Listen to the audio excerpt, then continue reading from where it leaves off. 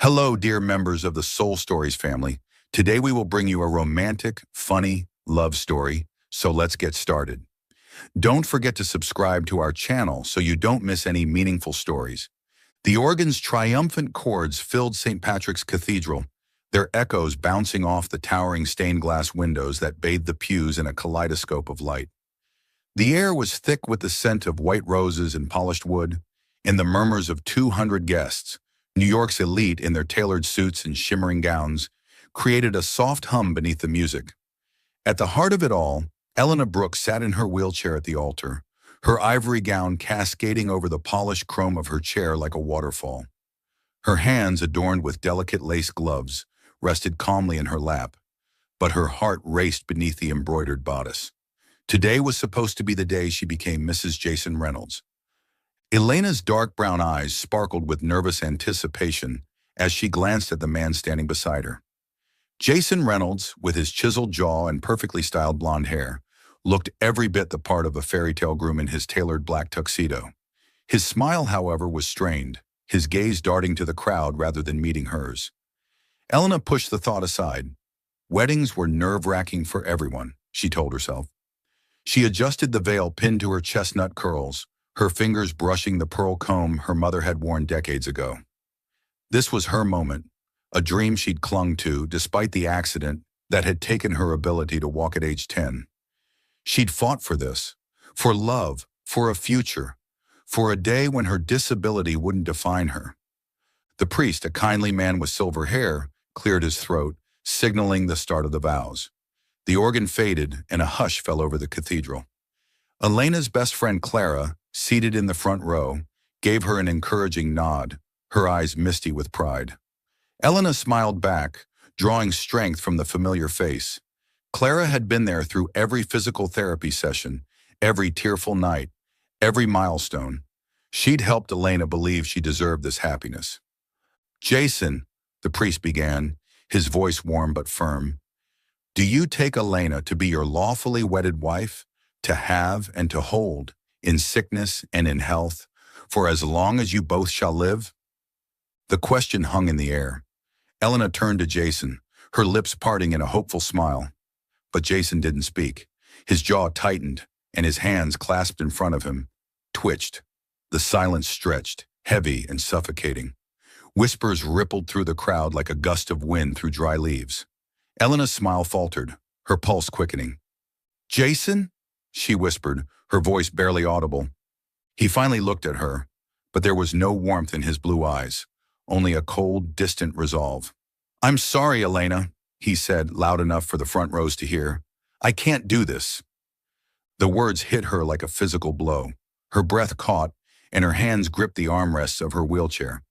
"What?" she managed, her voice trembling. Jason turned to face the crowd, his posture stiff, as if addressing a boardroom rather than a wedding. "I can't marry her," he announced, his voice carrying a cruel clarity. "I thought I could, but I can't. Not with this." He gestured vaguely toward her wheelchair, his lip curling in a way that made Elena's stomach churn. Gasps erupted from the pews. Clara shot to her feet, her face a mask of fury, but Elena barely noticed. The world seemed to shrink, the vibrant colors of the cathedral fading to gray. Her disability, something she'd fought to embrace, something she'd never hidden from Jason, was now a weapon turned against her. She wanted to scream, to demand why he'd waited until this moment, but her throat felt sealed shut. "Jason, please," she said, her voice cracking. "Talk to me. We can—" "There's nothing to talk about," he cut her off, his tone sharp. "I'm sorry, Elena. I can't live my life like this. I can't be tied to someone who'll always need help." He stepped back, adjusting his cufflinks as if dismissing a business deal gone sour. "It's over." The crowd's murmurs grew louder, a mix of shock, pity, and morbid curiosity. Elena felt their eyes on her, hundreds of gazes piercing through her carefully constructed armor. She'd spent years building her confidence, proving she was more than her wheelchair, graduating top of her class, working as a freelance graphic designer, living independently. But now in this moment, she was reduced to the one thing Jason saw, a burden. Tears stung her eyes, but Elena refused to let them fall. She straightened in her chair, her chin lifting despite the ache in her chest. "You could have told me before," she said, her voice low but steady. "You didn't have to do this here." Jason didn't respond. He turned and strode down the aisle, his polished shoes clicking against the marble floor. The crowd parted for him, some shaking their heads, others whispering behind their hands. Elena watched him go, her heart splintering with every step. The priest reached out, his hand hovering awkwardly above her shoulder, but she shook her head. She didn't want pity, not from him, not from anyone. Clara rushed to her side, kneeling beside the wheelchair. "Elena, I'm so sorry," she whispered, her voice thick with tears. "That coward doesn't deserve you." Elena forced a small smile, though it felt like a lie. "I'll be okay," she said, more to herself than to Clara. But the words tasted hollow. She glanced at the crowd, their faces a blur of sympathy and discomfort. Some were already gathering their purses, eager to escape the awkwardness. Others lingered, drawn to the drama unfolding before them. She wanted to wheel herself out, to disappear into the city and pretend this day had never happened. But her hands trembled too much to grip the wheels properly, and the weight of everyone's stares pinned her in place. This was supposed to be her fairy tale, her triumph over a world that often overlooked people like her. Instead, it was a public humiliation, a wound laid bare for all to see. The organist, unsure what to do, began playing a soft, aimless melody as if trying to fill the void. The priest murmured something about grace and forgiveness, but Elena barely heard him. Her mind replayed Jason's words. Someone who will always need help, each syllable carving deeper into her soul. She told him everything, shared her fears, her dreams, her vulnerabilities, and he'd use them to break her. As she sat there fighting to hold herself together, a shadow moved at the edge of her vision. A man stepped forward from the back of the cathedral, his presence commanding despite the chaos. He was tall, with sharp features and jet black hair, his tailored suit as dark as the storm in his gray eyes. Whispers followed him, a different kind than before, tinged with fear, recognition, awe. Elena didn't know him, but something about his purposeful stride made her breath catch. He stopped at the foot of the altar, his gaze locking onto hers. The crowd fell silent, the air charged with anticipation. Even Clara froze, her hand tightening on Elena's arm. The man's voice, low and resonant, cut through the tension like a blade. "If he won't marry you," he said, each word deliberate, "I will." Elena's heart stuttered. She stared at him, her mind scrambling to make sense of his words. The crowd erupted in gasps and murmurs, but the man didn't flinch. His eyes held hers, unyielding, as if daring her to trust him. And in that moment, amidst the wreckage of her dreams, Elena felt something shift, a spark of hope, fragile but undeniable. The cathedral's silence was deafening, broken only by the faint hum of the organ, its notes faltering as the organist hesitated. Elena Brooks sat frozen in her wheelchair at the altar, her ivory gown pooling around her like a wilted dream. Jason's rejection still echoed in her mind. "I can't be tied to someone who'll always need help." Each word a shard of glass in her heart. The crowd's whispers buzzed like a swarm of bees, their pity and curiosity pressing against her like a physical weight. Clara, her best friend, gripped her arm, her face a mix of outrage and concern, but Elena barely felt it. Her world had collapsed in the span of minutes, and all she could do was hold herself together, her chin high despite the tears threatening to spill. Then a voice cut through the chaos, low and commanding, like thunder rolling over a quiet sea. "If he won't marry you, I will." Elena's breath caught. Her eyes snapped to the man who had spoken, standing at the foot of the altar. He was tall, his presence dominating the vast cathedral, despite the hundreds of eyes now fixed on him. His jet-black hair was swept back, framing a face carved from sharp angles, high cheekbones, a strong jaw, and piercing gray eyes that seemed to see through her. His tailored black suit clung to his broad shoulders, exuding wealth and power. But there was something else in his demeanor, something dangerous, like a predator who had just stepped into the light. The crowd's murmurs shifted, tinged with recognition and unease. Whoever this man was, he was no ordinary guest. Clara leaned closer, her voice a frantic whisper. Elena, who is that? I... I don't know, Elena stammered, her gaze locked on the stranger. Her heart pounded, a mix of fear and confusion swirling in her chest. She'd never seen him before, yet there was an intensity in his eyes that felt strangely familiar, as if he knew her in a way she couldn't comprehend. The man took a step closer, his polished shoes clicking against the marble floor. The crowd parted instinctively, some guests shrinking back as if his presence alone demanded space. The priest, still standing behind Elena, cleared his throat nervously, clutching his Bible like a shield. Sir, this is highly irregular. Irregular? The man's voice was calm but edged with steel, silencing the priest. He turned his attention back to Elena, his gaze softening just enough to make her pulse skip. What's irregular is letting a woman like her be humiliated by a coward who doesn't deserve her. Gasps rippled through the pews. A few guests exchanged glances, some scandalized, others intrigued.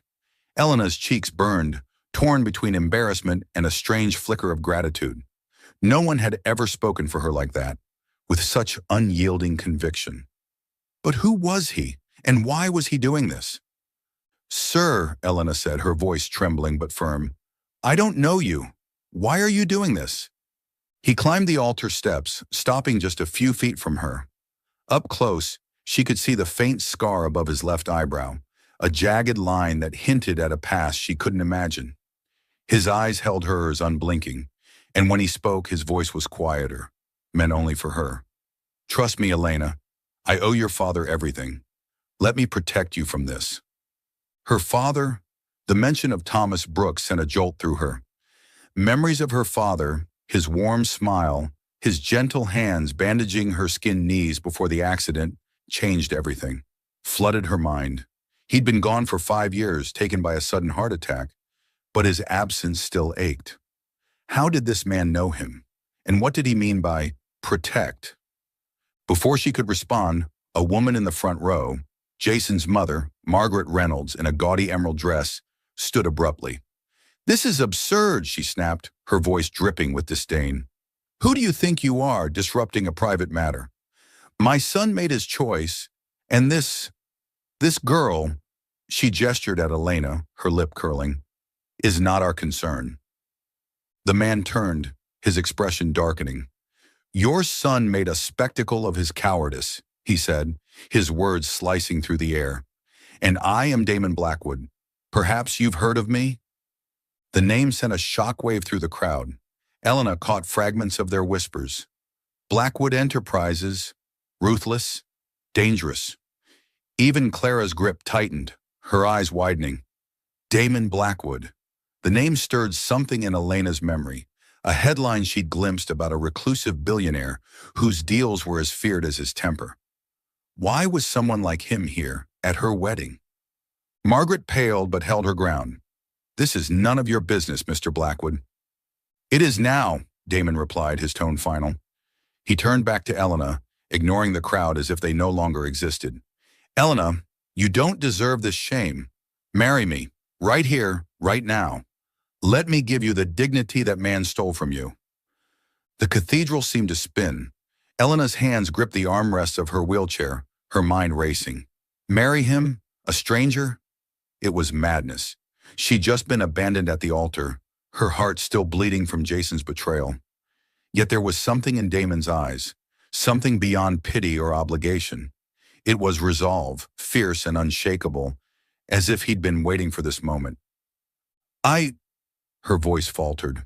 She glanced at Clara, whose expression was a mix of worry and cautious encouragement. The crowd watched, breathless, some leaning forward in their seats. Elena's thoughts churned. She didn't know this man, didn't understand his connection to her father, or why he'd risk his reputation for her. But the alternative was unbearable.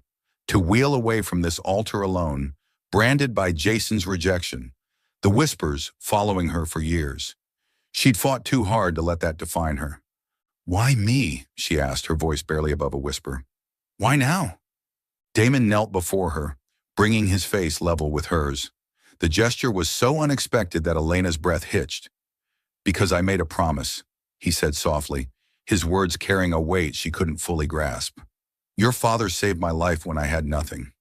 He asked me to look after you if he couldn't. I've watched from a distance, Elena, making sure you were safe. Today, I failed you by letting this happen. Let me make it right." His words pierced her, stirring a mix of grief and curiosity. Her father had never mentioned Damon, yet the sincerity in his voice was undeniable. She searched his face, looking for a lie, but found only truth, or at least a truth he believed. The crowd's murmurs faded to a distant hum. For the first time since Jason's betrayal, Elena felt seen, not as a woman in a wheelchair, but as someone worthy of protection. "I don't even know you," she said, her voice steadier now. "How can I trust you?" "You don't have to trust me yet," Damon replied, a faint, almost sad smile touching his lips. "But trust that I'd rather die than let you leave this place in shame. Say yes, Elena. Let me stand with you." Her heart pounded, torn between fear and a reckless spark of hope. She thought of her father, of the courage he'd instilled in her, the way he'd always believed she could face anything. Maybe this was her chance to reclaim her strength, to rewrite this moment. She took a deep breath, her eyes never leaving Damon's. "Yes," she said, the word ringing clear in the silent cathedral.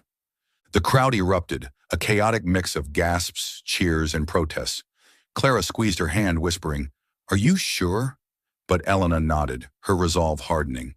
Damon stood, offering his hand, not to pull her up, but as a gesture of partnership.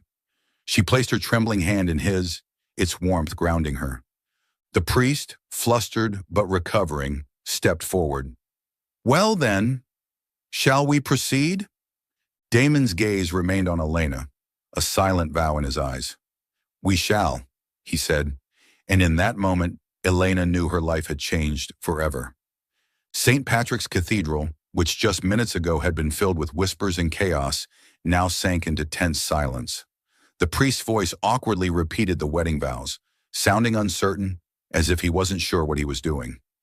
Elena Brooks sat in her wheelchair, her hand still held firmly by Damon Blackwood. The warmth of his strong palm, the only thing keeping her from feeling as though she were floating in a strange dream. The ivory wedding dress still hugged her figure, but it now felt heavy, a reminder of what had just occurred. Jason had abandoned her at the altar, and now a man she had never met stood beside her, declaring he would be her husband. Damon stood tall, broad-shouldered, and unyielding, his eyes scanning the crowd as an implicit warning. The murmurs gradually faded, though curious and suspicious glances lingered. Clara, Elena's best friend, stood nearby, arms tightly crossed, her expression wavering between worry and shock. "Elena," she whispered, "are you sure about this?" But Elena only nodded slightly, lips pressed together. She wasn't sure. How could she be when she'd just agreed to marry a stranger? But there was something in Damon's voice, in the way he spoke of her father, that made her feel this wasn't an entirely insane decision. The priest, after fumbling momentarily, continued the ceremony, his voice shaking as he read the vows. Elena listened, but her mind drifted back to Damon's words. "I owe your father a great deal." Her father, Thomas Brooks, a man with a gentle smile whose eyes always lit up when he spoke of kindness. He had passed away 5 years earlier, yet his memory remained vivid, guiding her through her darkest days. How had Damon known her father? And why had he appeared now, like a ghost from the past? When the priest asked for the rings, Damon pulled a simple silver band from his pocket, its surface gleaming softly under the cathedral lights. "I didn't have time to prepare," he whispered quietly, just enough for her to hear. "But it belonged to my mother. I hope you don't mind." Elena looked at the ring, her heart tightening, not because of its simplicity, but because of his gesture, a sincere act without any boastfulness. She shook her head slightly. "No, I don't mind." She had no ring to give him, but Damon only smiled faintly, a brief expression that nevertheless flustered her. "We'll take care of that later," he said, and the priest, clearly eager to conclude, declared them husband and wife. There was no kiss. Damon simply squeezed her hand gently, his eyes reassuring her that everything would be all right. The crowd applauded sparsely, some reluctantly, others driven by curiosity rather than joy. Elena felt Margaret Reynolds' gaze, Jason's mother, stabbing her from the front row. but she ignored it. She had chosen this path, wherever it led. As the ceremony concluded, Damon leaned down, his voice low. "We should leave. I'll get you out of here." Elena nodded, her heart pounding. Clara approached, hugging her tightly. "Call me immediately if you need anything, okay?" she whispered, eyes red-rimmed. Elena gave a weak smile. "I'll be okay, Clara. Thank you." Damon pushed her wheelchair down the aisle, the crowd parting before them. Some offered congratulations, but most just stared, as if they were characters in a strange play. When they reached the door, the afternoon sunlight of New York poured in, making her squint.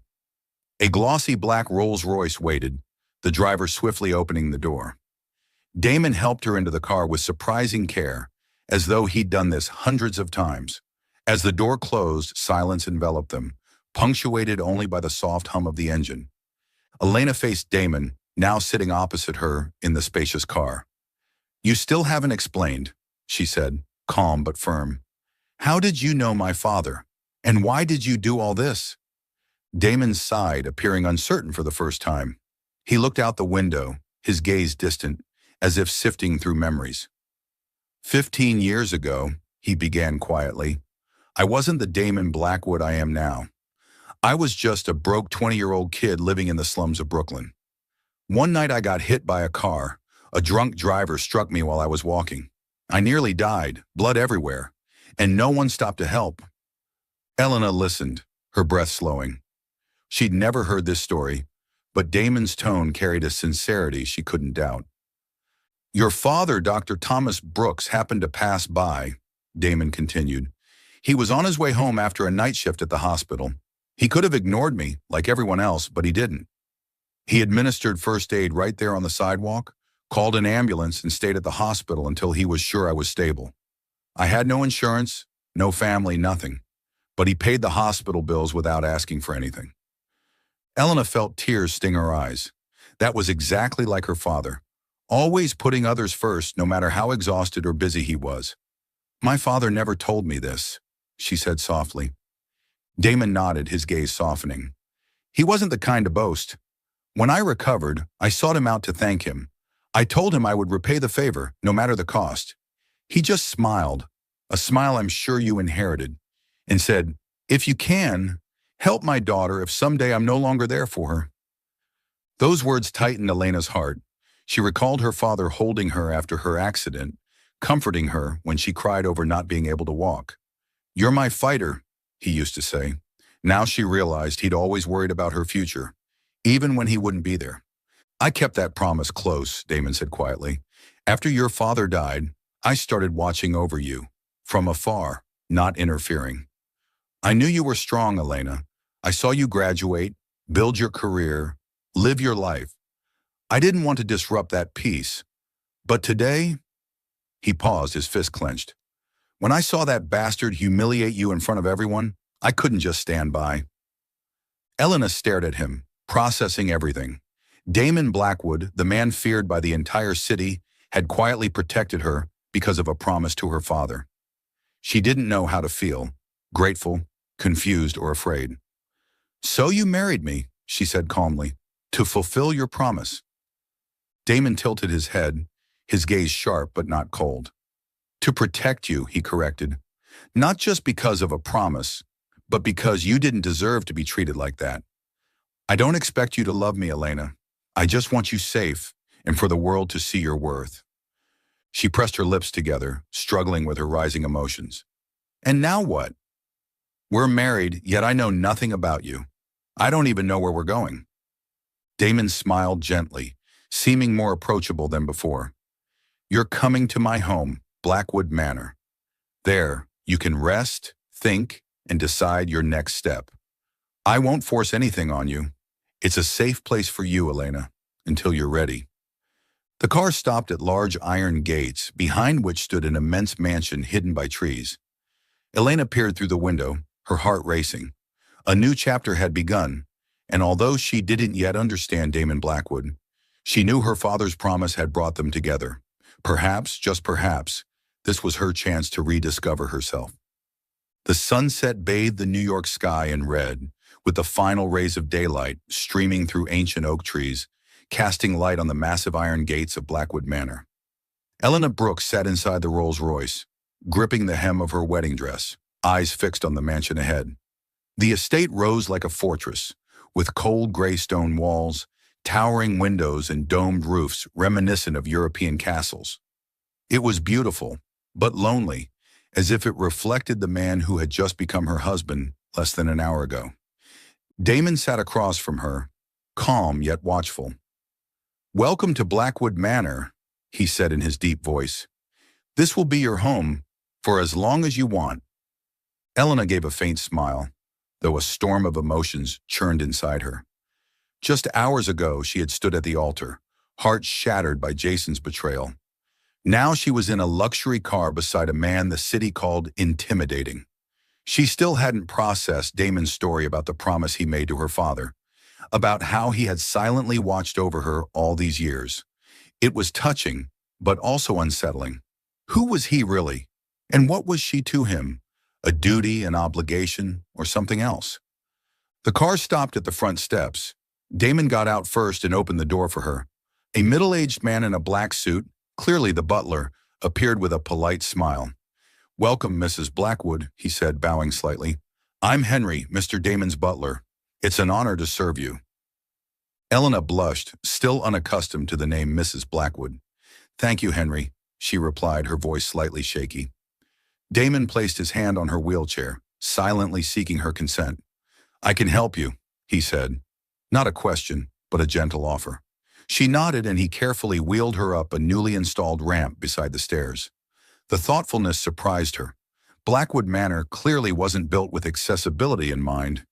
Yet this ramp looked new, as if built for her.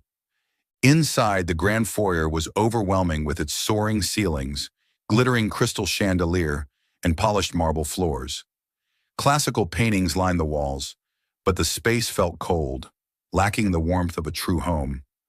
"It's very impressive," Elena said, searching for the right words. Damon chuckled softly, a rare sound that startled her. "I know it's a bit gloomy. I don't spend much time here. Work keeps me busy." He paused and looked at her. "But you can change anything. This is your home now." She shook her head, still feeling more like a guest than the lady of the house. "I'm not sure I'll stay long," she said honestly. "I appreciate this, truly, but I need time to process everything." Damon nodded, showing no sign of offense. "I understand. Rest tonight. Tomorrow we'll talk more clearly." He gestured to Henry, who promptly led her to a room on the ground floor. "This room has been prepared for you," Henry said.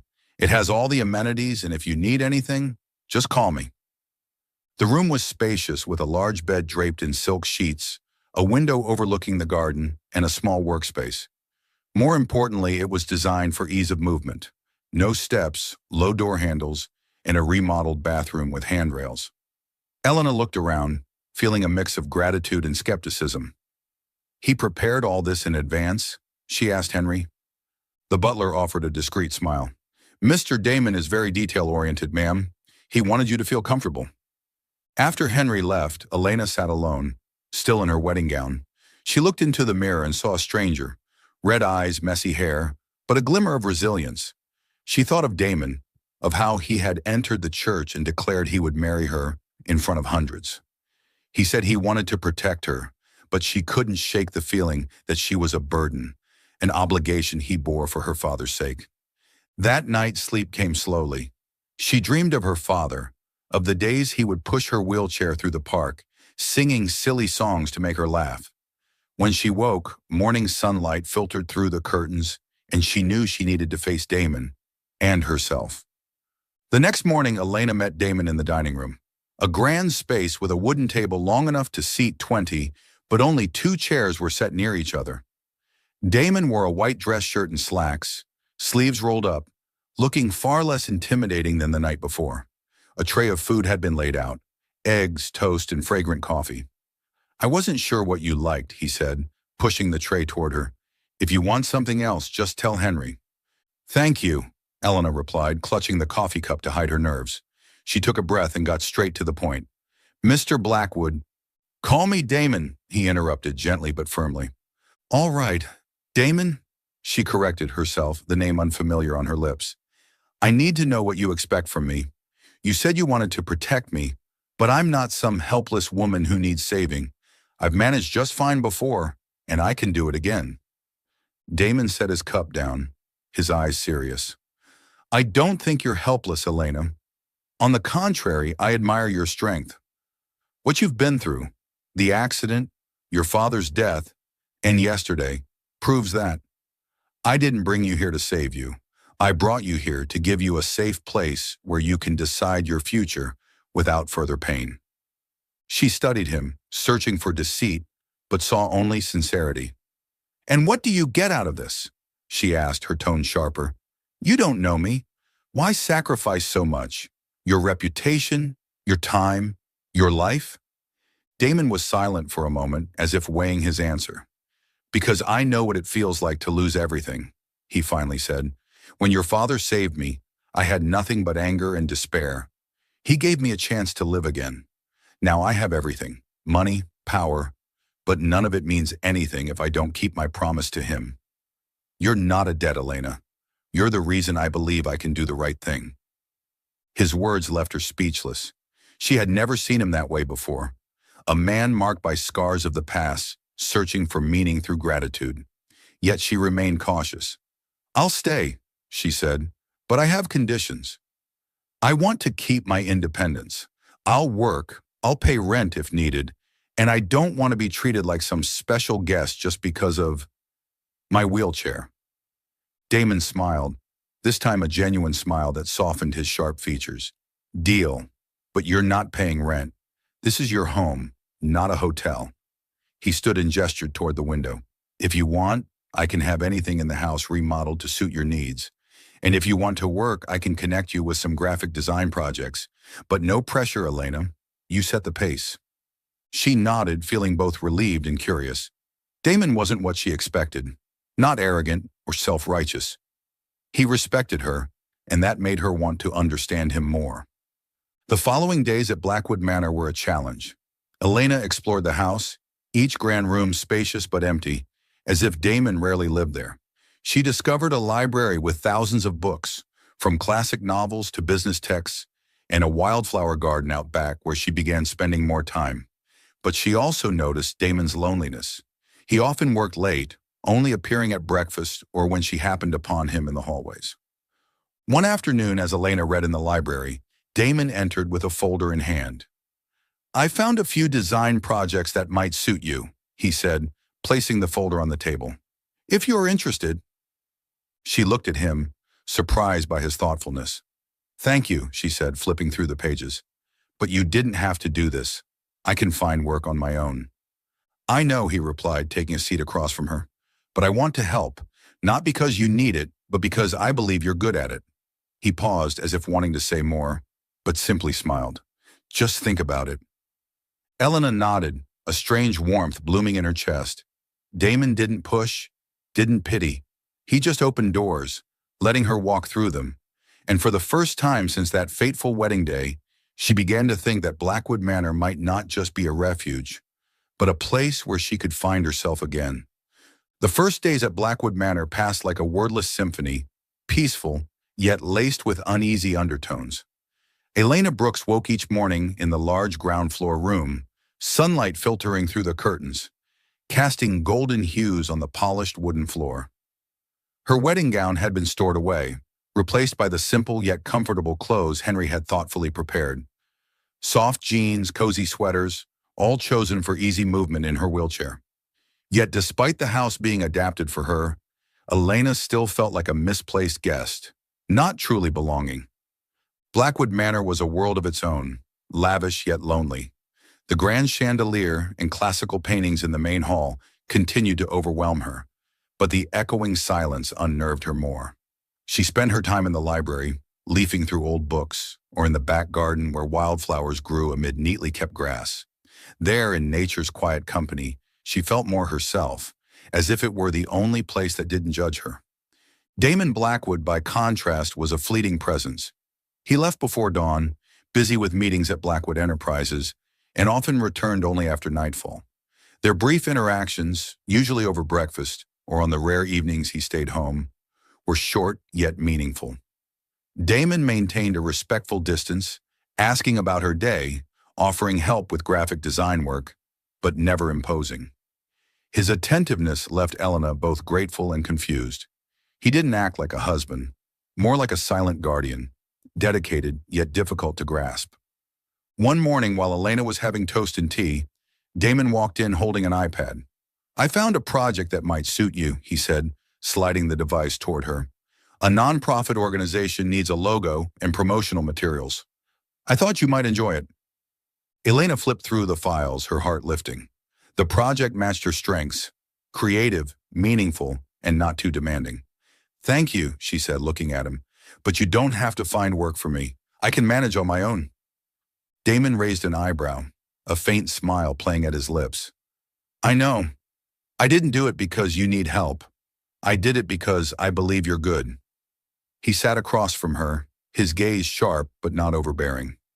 "Did you look at the other projects I gave you last week?" She nodded, slightly flushed. "Yes, I've started drafting some ideas, but—" She hesitated. "I don't want to feel like I'm taking advantage of you, Damon. You've already done too much." He tilted his head, serious. "Elena, you're not taking advantage of me. If I offer something, it's because I want to, not because I'm obligated. Just do what makes you happy. That's all I hope for." His words left her momentarily speechless. There was something in his voice, a blend of sincerity and quiet loneliness, that made her want to ask more about him, about the man behind the intimidating reputation. But she simply nodded and took another sip of tea to mask her thoughts. Their differences soon became the source of minor clashes. Elena, with her warm and sociable nature, wanted to make Blackwood Manor feel less like a museum. One afternoon, she asked Henry to place a vase of fresh flowers in the dining room. "Just to brighten the space," she said with a smile.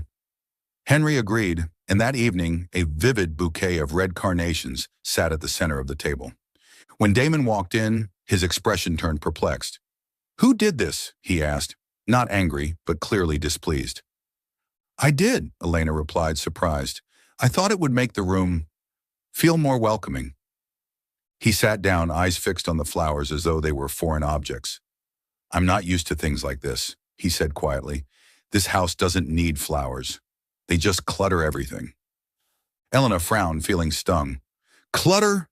Damon, it's just a vase. It's not hurting anyone." He sighed, rubbing his temple. "I didn't mean it like that. I just prefer things simple.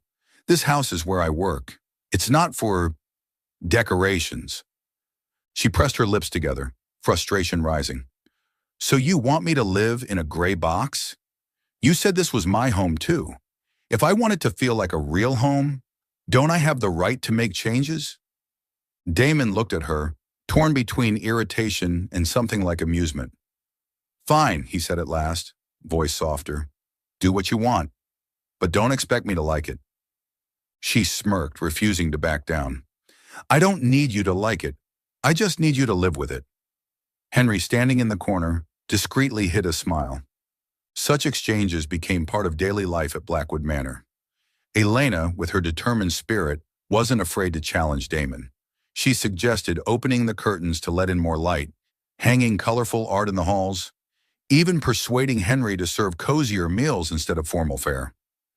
Damon, though initially resistant, began to yield, albeit with frequent grumbling. But Elena noticed that despite the complaints, he never truly seemed angry. Perhaps, she thought, he even enjoyed their back and forth. One rainy afternoon, everything changed. Elena was navigating the long ground floor hallway toward the library when her wheelchair suddenly caught on a seam between two rugs. One wheel jammed, and despite her efforts, wouldn't budge. She sighed, irritated. Moments like these, though rare, reminded her of her limitations. She looked around, hoping Henry was nearby, but the hall was empty. "Damn it," she muttered, leaning down to inspect the wheel. Rain tapped steadily on the windows, adding to the gloom. She was struggling with the jammed wheel when she heard footsteps. "Elena!" Damon's voice rang out, low but full of concern. He appeared at the end of the hallway, shirt damp from the rain. "What happened?" She flushed, embarrassed to be caught in a moment of weakness. "Nothing. she replied quickly. My wheelchair's stuck. I can handle it. He raised an eyebrow, clearly unconvinced. Without a word, he knelt beside her and examined the wheel with surprising focus. This gap shouldn't be here, he muttered, as if blaming himself. He pulled the rug back and gently lifted the wheel, freeing it within seconds. Elena looked at him, heart racing. Thank you, she said softly. I'm not used to asking for help. Damon stood and wiped his hands on his shirt, his gaze unusually tender. You don't have to do everything alone, Elena. Not here. He paused as though wanting to say more, then simply asked, Where were you headed? I'll push you. She hesitated, then nodded. The library. He gripped the wheelchair handles and wheeled her down the hall with a care that surprised her. When they reached the library, he stopped at her favorite bookshelf. What do you like to read? He asked, genuinely curious. She smiled, feeling at ease with him for the first time. Romance novels, sometimes poetry. You? He shrugged, a rare smile appearing. Business books. Boring, I know. But his eyes lit up as if he too was enjoying the moment. They talked for a while, about books, about little things, and Elena realized she no longer found him intimidating. Damon, for all his reserve, carried a sincerity she couldn't ignore. When he left to return to work, she watched him go, a warm feeling blooming in her chest. Maybe Blackwood Manor wasn't just a sanctuary. Maybe it was the beginning of understanding between her and Damon. The rain had stopped, but droplets still clung to the leaves in the Blackwood Manor garden, glistening under the moonlight. Elena Brooks sat in the library, a book open in her lap but unread. Her thoughts lingered on the moment earlier that day, when Damon Blackwood, with hands both strong and gentle, had freed her jammed wheelchair and pushed her to the library with unexpected tenderness. His rare smile and the light in his eyes as they talked about books made her feel he was no longer the fearsome man everyone in the city whispered about. And yet she still didn't fully understand him, which left her heart caught between curiosity and caution. Life at Blackwood Manor had become more comfortable. Elena's small changes, a vase of flowers in the dining room, brighter curtains, the scent of Henry's baked goods, had softened the mansion's cold edges. Damon, though still grumbling, no longer resisted. She began working on the logo design project he'd introduced, and the hours she spent sketching brought a sense of freedom she hadn't felt since her wedding day. But each time she caught Damon's gaze, she wondered, what did he truly want from her? A companion? Or just a way to repay a promise to her father? One late evening, while Elena was in the garden enjoying the crisp air after the rain, she heard footsteps on the gravel path. Damon appeared, his black coat draped over one shoulder, hair tousled by the wind. I didn't expect to find you out here, he said, his voice deep but not cold. It's late. Aren't you cold? Elena smiled and pulled her sweater tighter. I like the air out here. It clears my head. She gestured to the wildflowers nearby. You know, these flowers are stronger than they look. They grow without anyone taking care of them. Damon sat on the stone bench beside her, his eyes following the flowers. Like you, he said quietly but firmly. Strong, even when the world hasn't always been kind to you. His words caught her off guard, and her cheeks warmed. I don't know if I'm that strong, she replied, glancing down at her hands. Some days I just wanted to disappear, especially after what happened with Jason. Damon tilted his head, his gaze sharp but soft. He didn't deserve you, Elena. But I understand that feeling, the urge to run from everything. He paused as if wrestling with his thoughts. I felt that way once, a long time ago. She looked at him, intrigued. You, the head of Blackwood Enterprises, the man everyone fears? I can't imagine you ever wanting to run. He let out a dry chuckle, not bitter but hollow. I wasn't always this person. When I was a kid, life wasn't easy. My mother left when I was 5, and I was raised by a father who drank too much. He didn't hit me, but he didn't care either. I grew up in a rundown apartment, living off stale bread and learning to defend myself by the time I was 10. Elena listened, her heart aching. She had never pictured Damon as a child, a lonely, neglected boy. So how did you become this? She asked, gesturing toward the grand estate. Willpower, he answered, gaze distant. And a bit of luck. I worked like hell, studied everything I could, and built Blackwood Enterprises from nothing. But I never forgot those days. Every time I think I've made it, I remember the hunger, the cold. It keeps me sharp, but it also makes me distant. She nodded, beginning to understand his guarded nature. I had days like that too, she said softly. After the accident, when I realized I'd never walk again, I was furious. I hated myself. I hated the world. My father pulled me out of that darkness. He told me I didn't need legs to fly, just a heart and a mind. Damon looked at her, admiration lighting his face. He was right. You have flown, Elena. You graduated, built a career, faced that coward at the altar, and didn't fall apart. I've never met anyone as strong as you. His words touched her, but she shook her head. I'm not always strong. Some days I just want to be normal, to walk, to run, or even just stand without help. Little things most people take for granted, like stairs or a heavy door, can make me feel useless. Damon was silent, his eyes thoughtful. I never considered that, he admitted. I see you move through this place, doing everything, and I thought you had it all under control. I didn't realize how hard it really was. She gave a sad smile. I've learned to hide it. I don't want people to see me struggle, but sometimes, like when the wheelchair got stuck, I can't pretend. He leaned closer, his voice low but firm. You don't have to pretend with me, Elena. If you need help, just ask. Not because I think you're weak, but because I want to be there for you. His words reached a deep place in her heart. She looked at him, and for the first time she didn't see a guardian or a benefactor, but a man with his own scars trying to connect. Thank you, she said, her voice tight with emotion. And I'm sorry for what you went through. No one should grow up like that. Damon shrugged, but his eyes softened. It made me who I am, and without those days I wouldn't have met your father. Without him, I wouldn't be here, with you. The words made her heart pound. She wasn't sure what he meant exactly, but there was a warmth in his voice that made her feel she was more than just a promise. They sat in silence for a while, under the moonlight, sharing a peace that didn't need words. For the first time, Elena felt that Blackwood Manor wasn't just a temporary refuge. It was becoming a place she could belong. In the days that followed, their relationship shifted. Damon began staying home more often, joining Elena in the library or the garden. They talked about everything, from books and music to the dreams they once had. Elena told him about her wish to open her own design studio. Damon, though rarely opening up, admitted he once dreamed of being an architect before business swept him away. One evening, as they sat in the living room with the fireplace crackling, Elena asked something that had lingered in her mind. Damon, she began hesitantly, have you ever been in love? He looked at her, briefly surprised. Love? He echoed as if the word were foreign. No, never. I never had the time or the heart for it. After my mother, I learned not to believe in it. He paused, staring into the fire. What about you? Before that bastard, was there anyone? She shook her head, giving a wistful smile. Number Jason was the first person I thought I loved, but now I realize it wasn't love. It was hope.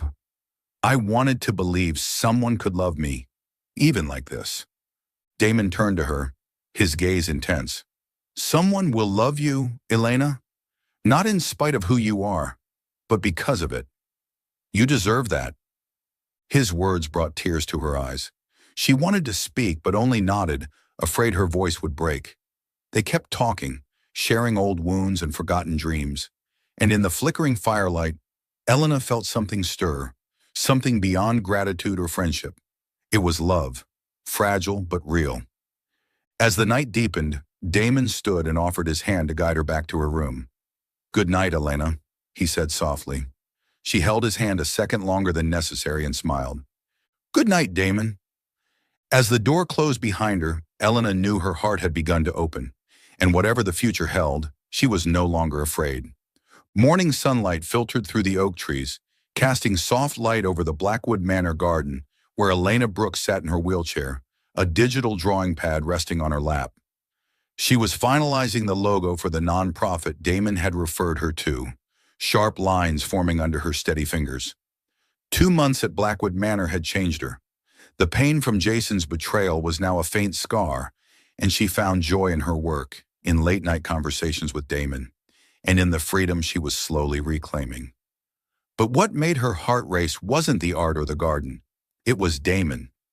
Once a mystery, he had become an irreplaceable part of her life.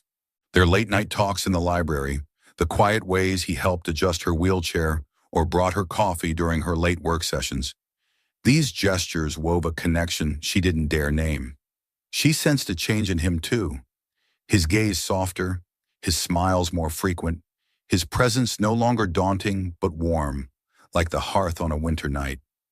And yet she still wondered, did he feel the same, or was she just a promise he intended to keep?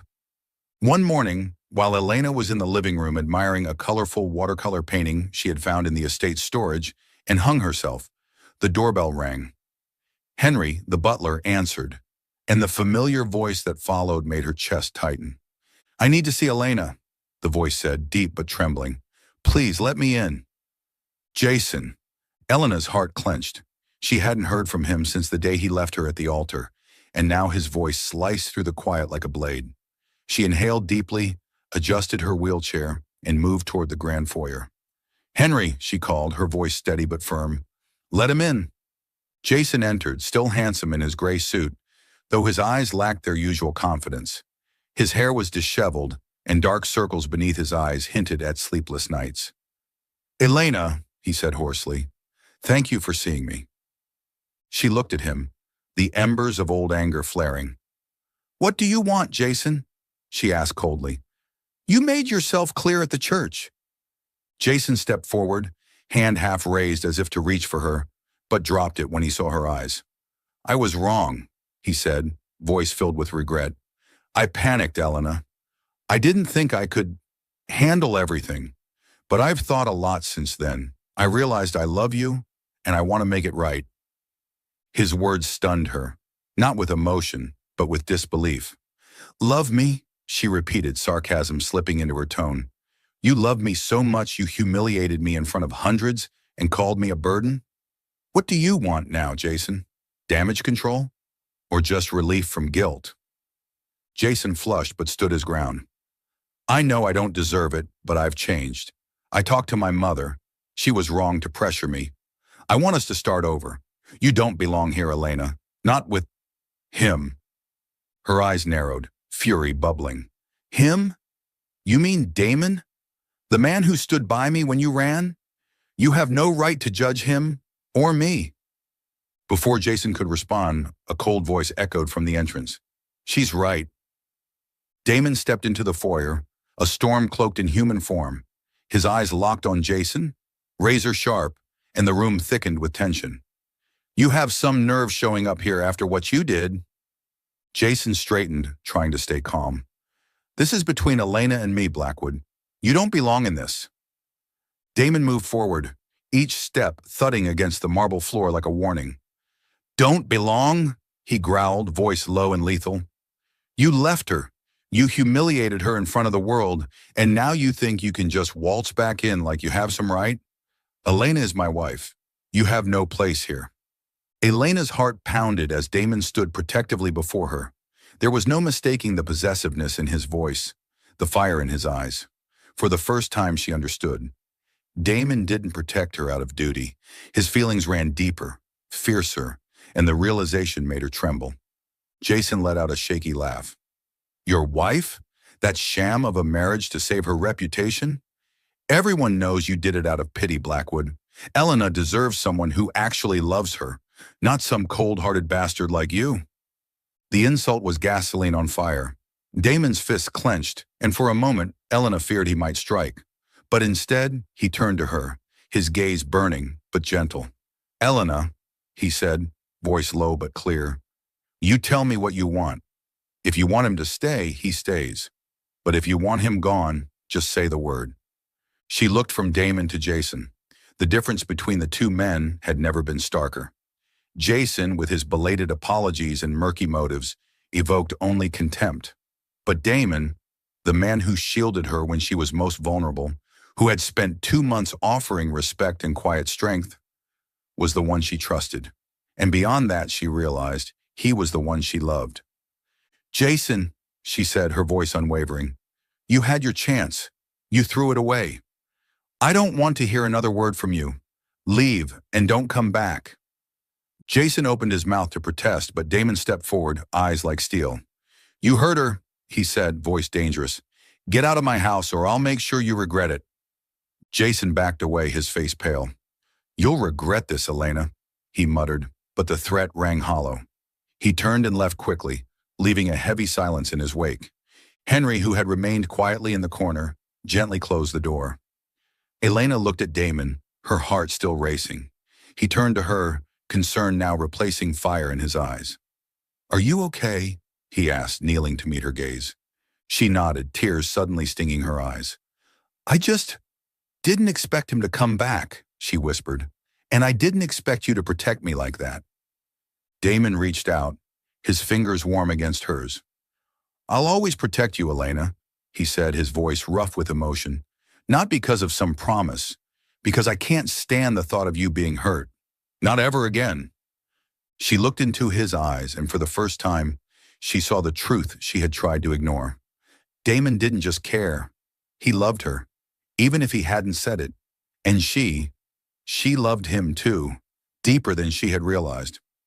"Damon," she said, voice trembling, "I don't know where this is going, but I want to stay with you." He smiled, truly smiled, and the harsh lines of his face softened.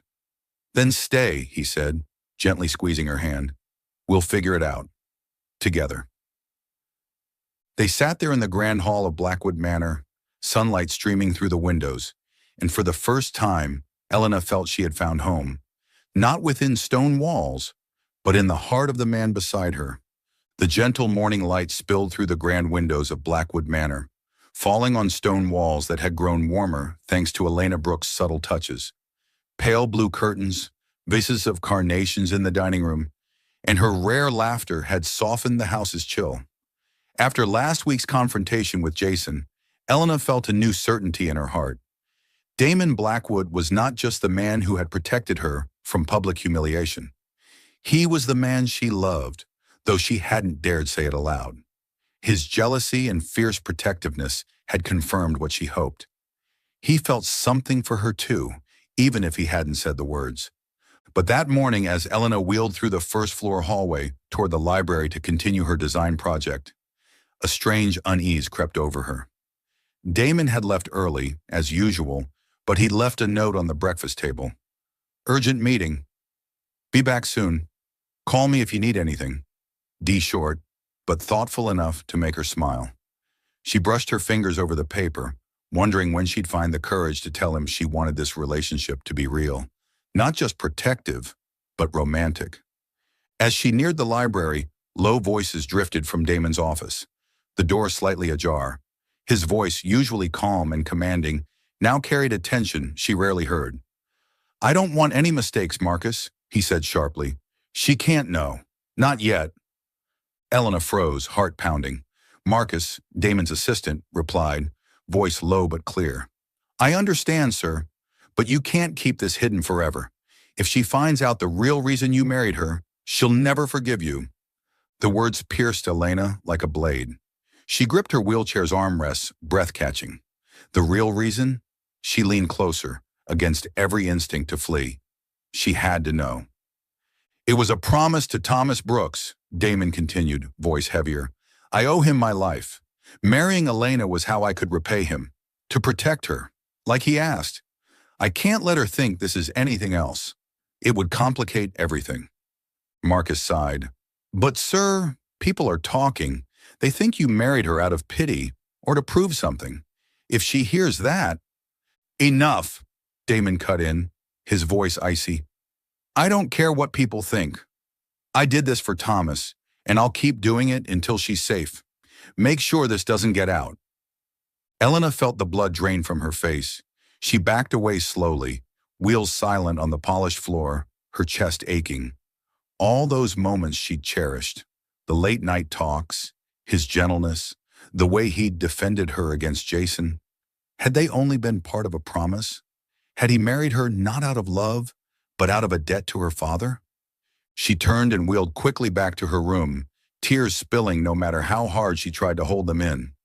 Inside, she shut the door and let her breath shudder. Around her, everything reminded her of Damon. Her silk-covered bed, the desk where she sketched, the garden beyond the window. But now it all felt like a cage. She had believed she belonged here. But if his feelings were duty and not love, she couldn't stay.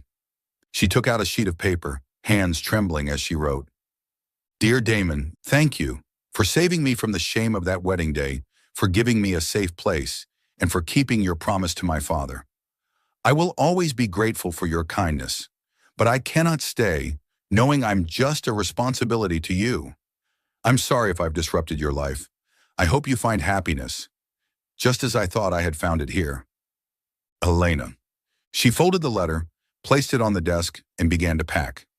She didn't have much, just a few clothes, her laptop, and a photo of her with her father. She tucked them into a small bag and called Clara. "Clara," she whispered when her friend picked up, "I need you to come get me, right now." Clara, surprised, didn't question her. "I'm on my way. Where are you?" "Blackwood Manor," Elena replied, voice cracking. "Please hurry."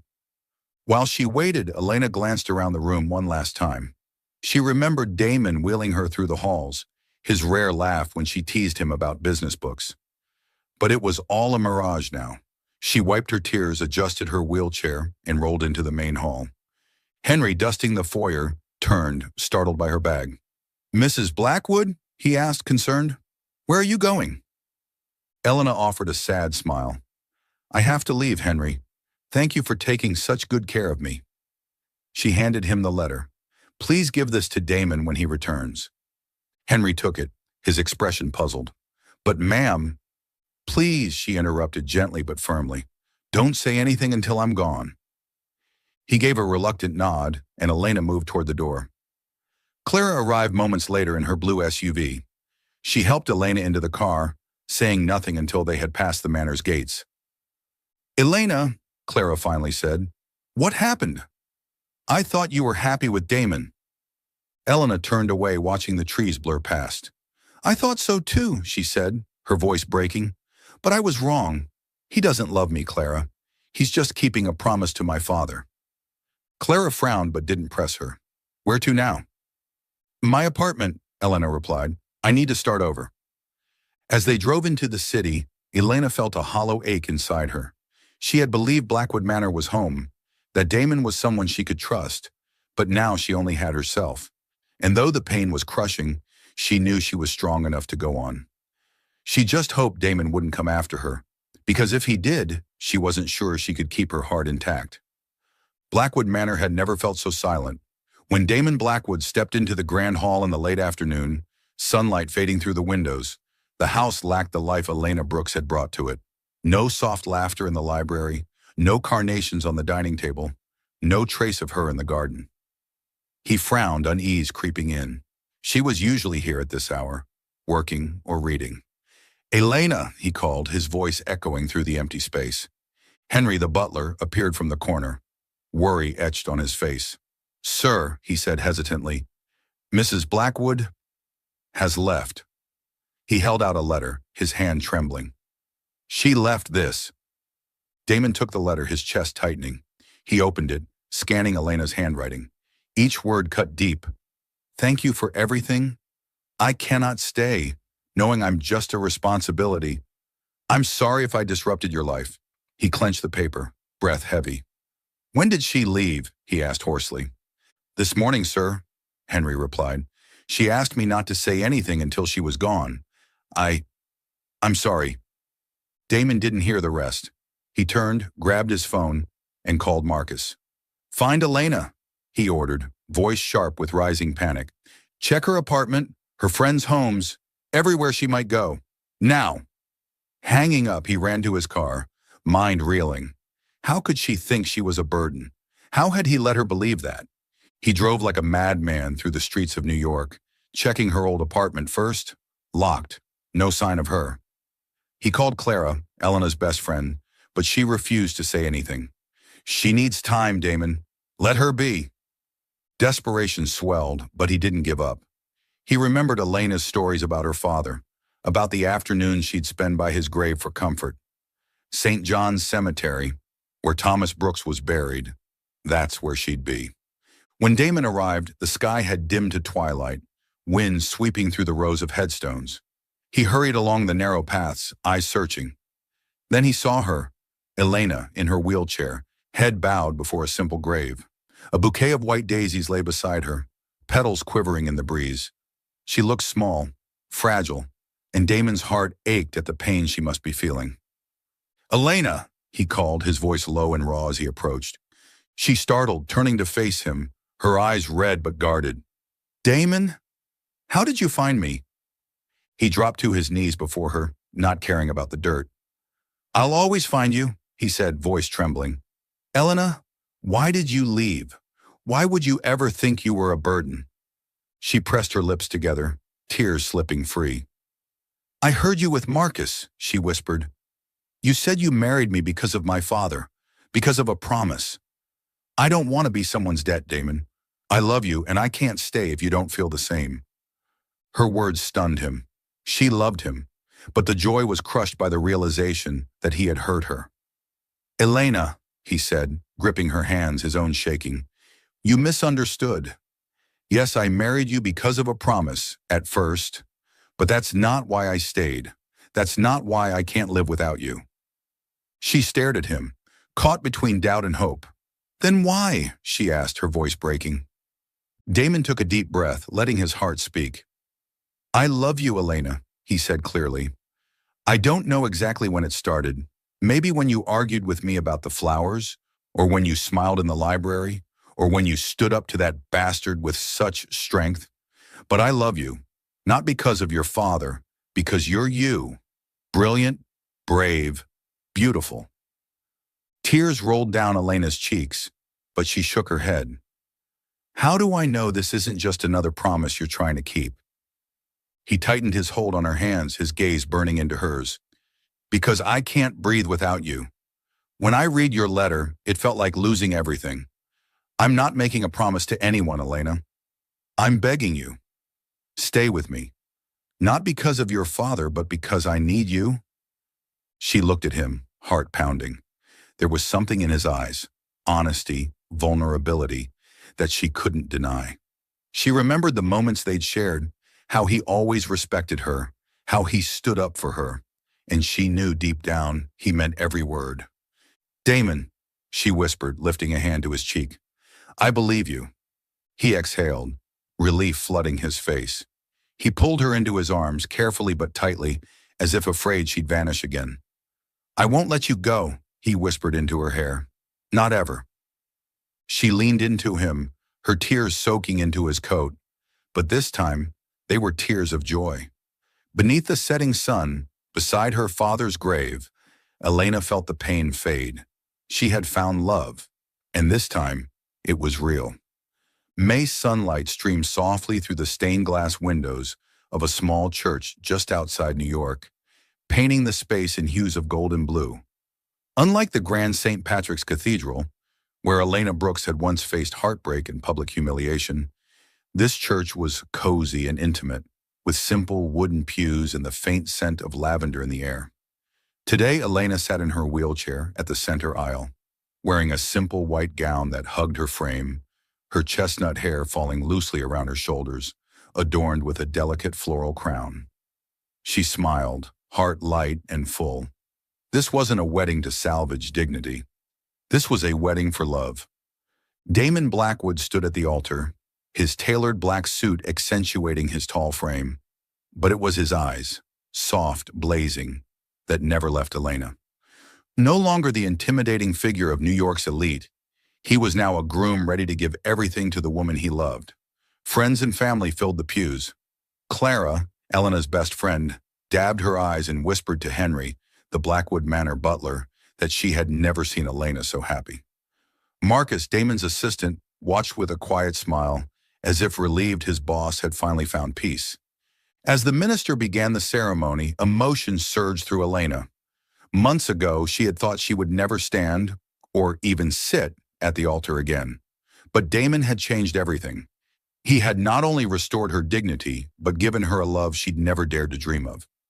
She glanced at him, remembering that moment in the cemetery when he knelt before her and confessed his love with a sincerity that melted every doubt. From then on, they had stayed together, building a relationship grounded in trust and understanding. "Elena," the minister said warmly, "do you take Damon to be your husband, to love and cherish him in all circumstances, until death do you part?" She looked at Damon, his gaze enveloping her. "I do," she said clearly, her voice echoing in the church. Clara clapped, drawing light laughter from the crowd. "Damon," the minister continued, "do you take Elena to be your wife, to love and protect her through any challenge?" Damon held Elena's hand, gently squeezing her fingers. "I do," he said, his deep voice full of emotion, "and I'd like to add something." He turned to her, his eyes never wavering. "Elena, you changed my life.